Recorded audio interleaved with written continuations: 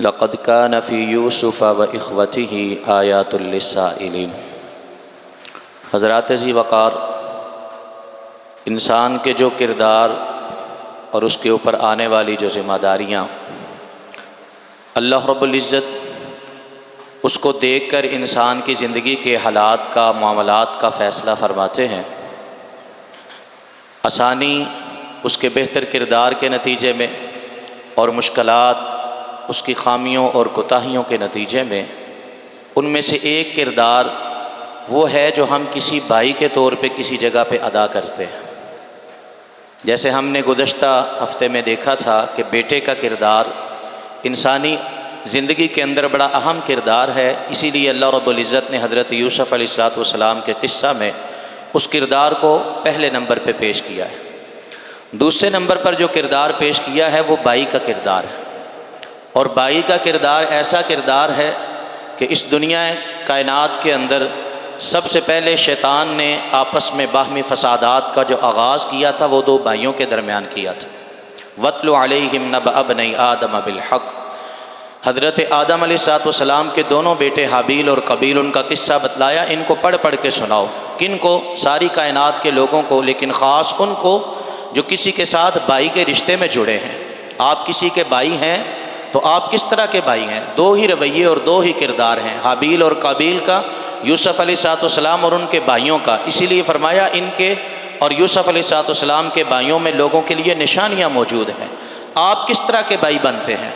آپ کس طرح کا کردار ادا کرتے ہیں؟ ایک کردار وہ ہے جو قابیل نے ادا کیا، حسد میں جل گیا، بغض میں جل گیا، نفرت کا شکار ہو گیا، حتیٰ کہ اس انتہا پہ پہنچ گیا، چالیں چلنے لگا، منصوبے بنانے لگا، ارادے عزائم ظاہر کرنے لگا۔ لَأَقْتُلَنَّكَ، تجھے ضرور ماروں گا، تجھے میں برداشت نہیں کر سکتا، مار ڈالوں گا میں تجھے، تو مجھ سے کیسے بہتر ہو سکتا ہے، آگے کیسے نکل سکتا ہے، میں تجھے قتل کر ڈالوں گا۔ اور دوسرا کردار حابیل کا ہے، جس کردار کے بارے میں رسول اللہ صلی اللہ علیہ وسلم نے وصیت فرمائی ہے اپنی تمام امت کے لیے، کن کا خیر ابنی آدم، اگر تم نے بھائیوں میں کردار اپنانا ہے تو ویسا اپنانا جیسے آدم علیہ السلام کے دونوں بیٹوں میں سے بہترین بیٹے یعنی حابیل نے اپنایا تھا۔ وہ کردار کیا ہے؟ بھائیوں کی طرف سے زیادتیاں بھی ہوں گی، ظلم بھی ہوگا، چالیں بھی چلی جائیں گی، حسد بھی کیا جائے گا، نفرتیں بھی پھیلائی جائیں گی، راہ میں روڑے بھی اٹکائے جائیں گے، اور طرح طرح کی سازشیں بھی کی جائیں گی۔ لیکن آپ اگر بہترین بھائی بننا چاہتے ہیں،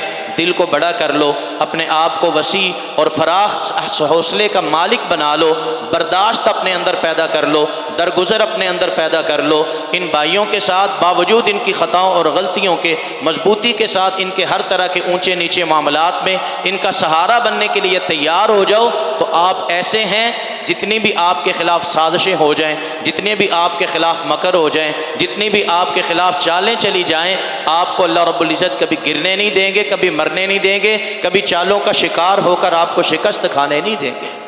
کس لیے قصہ یوسف کے اندر بتلایا؟ دیکھو بھائیوں نے کیا کیا، سب سے پہلے ان کے کردار کی طرف توجہ دلائی تو فرمایا ان کا دل اتنا تنگ تھا اور ان کی نیتیں اتنی بری تھیں، جذبات اتنے خطرناک اور غلط تھے کہ جب تذکرہ کرتے تھے کسی جگہ پہ بیٹھ کے تو یہی کہتے تھے لا یوسف و اخوہ، یوسف اور اس کا بھائی، انہیں اپنا بھائی ماننے اور زبان سے کہنے کے لیے بھی تیار نہ تھے۔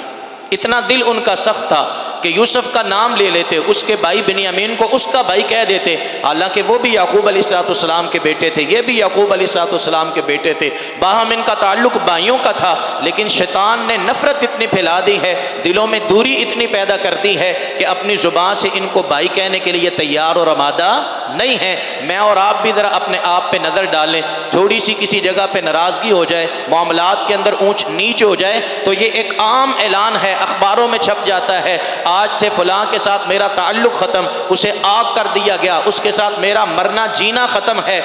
کون؟ ایک باپ کے پیدا کیے ہوئے، ایک باپ کے گھر میں پیدا ہوئے بیٹے، نسبی بیٹے، حسبی بیٹے، خون کا رشتہ جو اللہ نے جوڑا ہے، رب کعبہ کی قسم دنیا جائنات کی کوئی قوت اس رشتے کو توڑ سکتی اور ختم کر سکتی نہیں ہے۔ اگر یہی کردار ہمارا ہوگا تو ہم بھی اسی طرح یوسف علیہ السلام کے ان بھائیوں میں شامل ہوں گے جن کا اللہ رب العزت نے ذکر فرماتے ہوئے کہا وہ جب بولتے تھے تو کہتے تھے یوسف اور اس کا بھائی ان کو اپنا بھائی ماننے کے لیے تیار نہیں تھے. اگلا کردار اور رویہ دکھایا، اتنے سخت ہو گئے، دل اتنے تنگ پڑ گئے اور اتنا زیادہ حضرت یوسف علیہ السلام کے حسد میں بغض میں جلنے اور بننے لگے، آپس میں مشورے اور سازشیں کرنے لگے. اقتلوا یوسف، پکڑ لو یوسف کو. باپ کے ساتھ والد کے ساتھ جھوٹ بول کر انہوں نے سازش تیار کی، قتل کرنے کے منصوبے بنائے، حتیٰ کہ اسی سازش کے تحت انہوں نے جا کے کنویں میں پھینک دیا. پھر اس کے بعد اگلے دن تھوڑے وقت کے بعد آئے تو انہیں جا کر حضرت یوسف علیہ السلام کو غلامی کے طور پہ بیچ دیا. اور پھر اس کے بعد بھی جب دور چلے گئے، گھر سے بے گھر ہو گئے، باپ کی نظر سے دور ہو گئے، کسی ایک موقع پر جا کر جب آ رہے تھے رستے میں قافلے کی صورت میں اور ایک کے بھائی بنیامین ساتھ تھے، اس وقت بھی ان کی زبان سے اگر حضرت یوسف کا تذکرہ ہو رہا تھا تو اچھے انداز کے ساتھ نہیں، بلکہ اس وقت بھی تانے دے رہے تھے اگر اس نے چوری کی ہے فقط سرق اخ لہ من قبل، تو اس کا بھائی یوسف بھی چور تھا، یہ بھی چور ہیں، دونوں چور ہیں. اس طرح کی ان کے دلوں کے اوپر مہر لگ چکی، جذبات ختم ہو چکے، محبتیں ختم ہو چکی، پیار ختم ہو چکا، اخوت اور بھائی چارہ ختم ہو چکا. اللہ رب العزت نے ایک کردار کائنات کے لوگوں کے سامنے پیش کر کے آئینہ سامنے رکھا ہے. آؤ اپنے آپ کو اخوت کے رشتے کے اندر پرکھ لو، جان لو اپنے بھائیوں کے ساتھ آپ کا زندگی کا تعلق کس طرح کا ہے، آپ ان کے ساتھ کس طرح کی اخوت رکھتے ہو. آپ بھی کہیں بھائیوں کے خلاف منصوبے تو نہیں بنا رہے، ان کی پیٹھ پیچھے ان کی برائیاں تو نہیں کر رہے، ان کے لیے چالیں اور مکر تو نہیں کر رہے، منصوبے تو نہیں بنا رہے. اگر بنا رہے ہو تو خبردار ہو جانا، یہ وہ بھائی ہیں جو 11 کی تعداد میں تھے، اونچے تھے، کڑگل تھے، مضبوط تھے، اپنے آپ کو طاقتور بھی سمجھتے تھے، دانا بھی سمجھتے تھے، بڑا سمجھدار مانتے تھے اپنے آپ کو، اور بڑی پلاننگ کے ساتھ انہوں نے منصوبے بنائے تھے اور بڑی انہوں نے اپنی طرف سے بڑی مضبوط پلاننگ کی تھی کہ ہم یہ کام کر دیں گے، یوسف کا نام مٹ جائے گا، اس کا نام و نشان ختم ہو جائے گا، ہم ہوں گے، ہمارا گھر ہوگا، ہمارے والد ہوں گے، ان کی محبتیں ہوں گی، ان کے پیار ہوں گے. لیکن نتیجہ کیا نکلا ہے؟ یہی 10 کے 10 بھائی ہیں، مضبوط ہیں، کڑیل ہیں، جوان ہیں، آپس میں متحد ہیں، لیکن سوچ گندی ہے، ارادے برے ہیں، عزائم برے ہیں، رشتوں اور ناتوں کا احساس نہیں ہے، بھائی کی محبت کا احساس نہیں ہے. اللہ رب العزت نے ان 11 کے 11 کو ایسی نہج پہ، ایسے موڑ پہ لا کے کھڑا کیا. یہی یوسف علیہ السلام ہے جن کو کنویں میں گرا دیا گیا ہے، بیچ دیا گیا ہے، غلامی کی نظر کر دیا گیا ہے،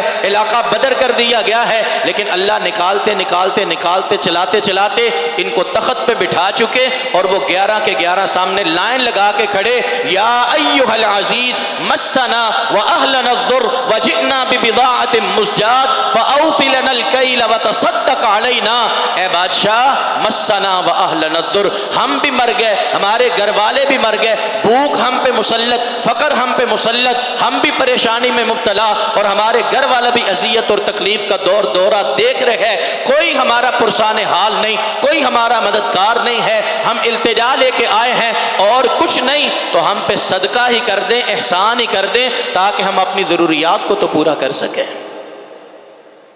سازشیں چلنے والوں کا انجام، مکر کرنے والوں کا انجام،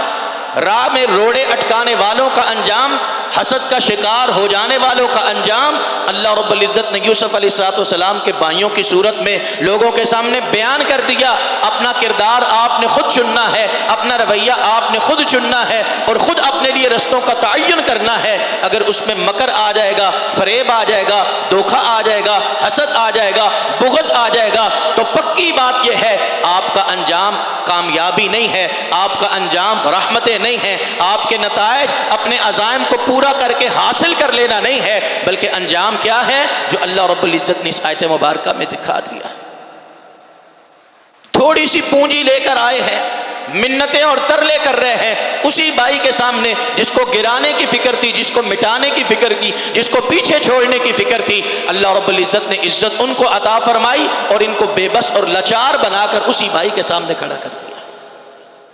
اسی طرح اللہ رب العزت نے حضرت حابیل اور جو ہے نا قابیل کا قصہ بیان فرمایا، وَاتْلُ عَلَيْهِمْ نَبَأَ ابْنَيْ آدَمَ بِالْحَقِّ، آدم علیہ السلام کے دونوں بیٹوں کا قصہ بھی ان کے سامنے ذکر کر دو۔ ان کے درمیان بھی شیطان نے حسد پیدا کر دیا، انہیں اپنی اخوت بھول گئی، ایک باپ کا بیٹا ہونا بھول گیا، اس کو یہ بھول گیا کہ یہ میرا بھائی ہے، اس کے ساتھ میرا رشتہ اللہ نے جوڑا ہے، اور اس کا بھائی ہونے کا مطلب کیا ہے، میں اس کو گرانے کی فکر نہ کروں، میں اس کا سہارا بنوں، میں اس کی کمزوریوں کو دور کرنے کی فکر کروں۔ اللہ رب العزت نے اس کے کردار کو ذکر کرتے ہی کہا، جب اس کے اوپر حسد غالب آیا، اس نے قتل کر دیا اور بے انتہا نادم ہوا۔ نتیجہ کیا نکلا؟ اس کو اتنی بھی عقل اور شعور اس کے بعد نہ مل سکا کہ اپنے بھائی کی لاش کا کرے تو کرے کیا۔ زندگی کیسی ہو گئی؟ سامنے کوے کو دیکھ رہا ہے، کوے کو۔ کیسا جانور ہے کوا؟ مرغوب پسندیدہ نہیں، کراہت انگیز، قابل نفرت، نحوست کا شکار اور علامت سمجھا جانے والا۔ لیکن یہ انسان ہے، جب اپنے آپ کو رشتوں کی پامالی کی طرف لے کے جا رہا تو زبان سے اللہ نے ایسے جملے نکلوائے، لوگوں کو یہ پیغام پہنچایا، یہ کہہ رہا تھا، ہائے کاش اعجزت ان اکون مثل هذا الغراب، میں اتنا ہی بے بس اور لاچار، میرے اندر اتنی ہی عقل نہیں جتنی اس کوے کے اندر ہے، میں کوے جیسا بھی نہ بن سکا۔ جب ہم اس رشتوں کو بگاڑنے کی طرف چلیں گے، فیصلے ایسے ہی ہوں گے، بندے ماتھے پکڑ کے بیٹھیں گے، پلاننگ تو بڑی کی تھی، سوچا تو بڑا اچھا تھا، یہ یاری تو بڑی کی تھی، لیکن پتہ نہیں کیا ہوا ہے، ماتی ماری گئی ہے، سامنے کی باتیں نظر نہیں آئی، ایسا کر لیتا ویسا کر لیتا۔ یہ وہی رویے ہیں، یہ وہی الفاظ، وہی جملے ہیں جو قابیل اپنا ماتھا پکڑ کے بول رہا تھا، اعجزت ان اکون مثل هذا الغراب۔ اگر اپنے آپ کو اس طرح کے انجام سے بچانا چاہتے ہیں تو آئیں حضرت یوسف علیہ السلام سے کردار سیکھیں، بھائی کس طرح کے ہوتے ہیں، بھائی ہونے کا مطلب کیا ہے، بھائی کا رشتہ کس طرح نبھایا جاتا ہے۔ ان کے ساری چیزیں نظر میں تھی، مجھے مارنے والے، باپ سے جھوٹ بول کر مجھے لے جانے والے، کنویں میں مجھ کو گرانے والے، مجھ کو آگے بیچ دینے والے، یہ سارے کے سارے 11 کے 11 میرے بھائی تھے جو آج میرے سامنے اناج لینے کے لیے میرے پاس کھڑے۔ تو کیا کہا اس وقت؟ دل میں پرانی باتوں کی رنجش لائی، پرانی چیزوں کو لایا، بلکہ نہ صرف یہ کہا کہ میں ہی یوسف ہوں، تمہارا بھائی ہوں، لا تثریب علیکم اليوم، تم نے جو کچھ بھی کیا میں تمہیں بول کے بتلاؤں گا بھی نہیں، جتلاؤں گا بھی نہیں، یاد بھی نہیں کرواؤں گا، جاؤ میں نے تمہیں معاف کیا، اور صرف معاف ہی نہیں کیا، جاؤ اپنے گھروں میں جاؤ، جتنے بھی تمہارے عزیز اقارب ہیں، اہل خانہ ہیں، جتنے بھی افراد ہیں، سب کو لے کے آؤ، ان کو میں اپنے پاس رکھوں گا، ان کا بوجھ میں خود اٹھاؤں گا اور ان کی ساری ضروریات کو میں خود پورا کروں گا۔ بھائی اس لیے ہوتے ہیں، اس لیے نہیں کہ کوئی کمزور ہے تو ماڑا کا ماڑا رہ گیا، اور جو آگے بڑھتا چلا گیا تو بڑھتے بڑھتے عروج کی منزلیں طے کرتا چلا گیا، کمزور کو دیکھا نہیں، غریب کو دیکھا نہیں، ماڑے کو دیکھا نہیں، اس کی پریشانی ختم کرنے کی فکر نہیں کی۔ اس طرح کا رشتہ اگر نبھائیں گے، اللہ رب العزت کے ہاں یہ بھائی اچھے بھائی بن کے رہ سکتے نہیں، اچھے بھائیوں کے طور پہ ان کا نام لکھا جا سکتا نہیں۔ اور رسول پاک صلی اللہ علیہ وسلم کی ایک حدیث مبارکہ کے الفاظ بھی ہیں، اللہ کے پیغمبر صلی اللہ علیہ وسلم نے فرمایا، عبادات کرو گے، نیکیاں کرو گے، نمازیں پڑھو گے، اللہ کے سامنے سجدے میں گڑ گڑاؤ گے، لیکن یقین کرو کچھ لوگ ایسے ہیں جن کا گڑ گڑانا، رونا، سجدے میں پڑھنا، عبادات میں جھکنا اللہ رب العزت کے ہاں بالش برابر بھی اوپر نہیں جاتا، اللہ قبول ہی نہیں کرتے، عبادات دیکھتے ہی نہیں۔ ان میں اللہ کے پیغمبر نے ایک جملہ یہ بھی بولا، اخوانی متصارمانی، دو بھائی جب آپس میں دست و گریبان ہوتے ہیں، جھگڑا کرتے ہیں، لڑائی کرتے ہیں، منوتو کی تفریق کرتے ہیں، ان بھائیوں کی عبادات بھی اللہ کے ہاں قبول نہیں ہے۔ اگر یہ اپنا معاشرتی کردار صحیح ادا نہیں کر سکتے، میرے در پہ لینے کے آتے ہیں۔ کوئی ضرورت نہیں ایسی عبادات کی جو عبادات معاشرتی کردار نہ سکھا سکیں، جو عبادات دلوں کو اس طرح کی پاکیزگی نہ دے سکیں، جو عبادات آپس کے باہمی رشتوں کا احساس دل میں پیدا نہ کر سکیں، ان عبادات کی اللہ کو کسی قسم کی ضرورت نہیں۔